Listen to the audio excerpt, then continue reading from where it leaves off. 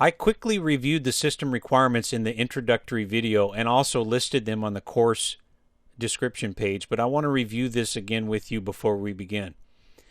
In order to run the Microsoft Virtual Machine of Windows 10, you're going to need at least 4 gigabytes of RAM. And that's because the virtual machine itself is going to take a minimum of 1 gigabyte. It actually runs better if we give it 2 gigabytes, which I'll show you how to do later. But double check your system. You want to right click over your computer properties, and you can see here I have 8 gigabytes, so that will be plenty for the virtual machine, but make sure you have at least 4. Now in some cases it may work with 3, but your system will run pretty slow. You need 20 gigabytes of free disk space. Now the file we're going to download from Microsoft is 5 gigabytes. But when we run the virtual machine, it's going to expand that file to a full Windows 10 operating system that will take up to 15 gigabytes. So you're going to be really crunched for space if you have anything less than 20 gigabytes on your system. And I'm sure you know how to tell how many gigabytes you have free, but just in case, you want to click your computer, and normally it will show it right in the window there how much you have free. So here I have almost 18 gigs free. Got a little small computer here. Or you can hit properties and it will show you the space free here. So I have enough space and I have enough RAM.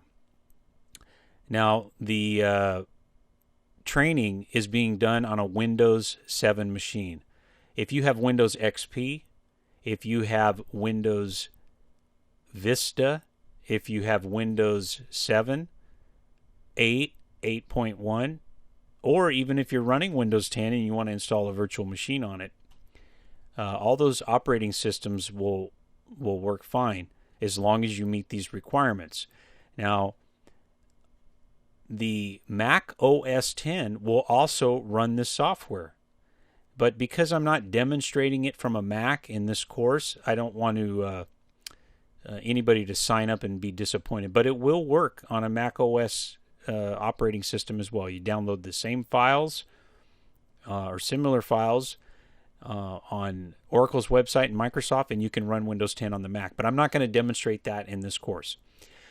Finally, we're going to go to Microsoft's website and download a 5 gigabyte file.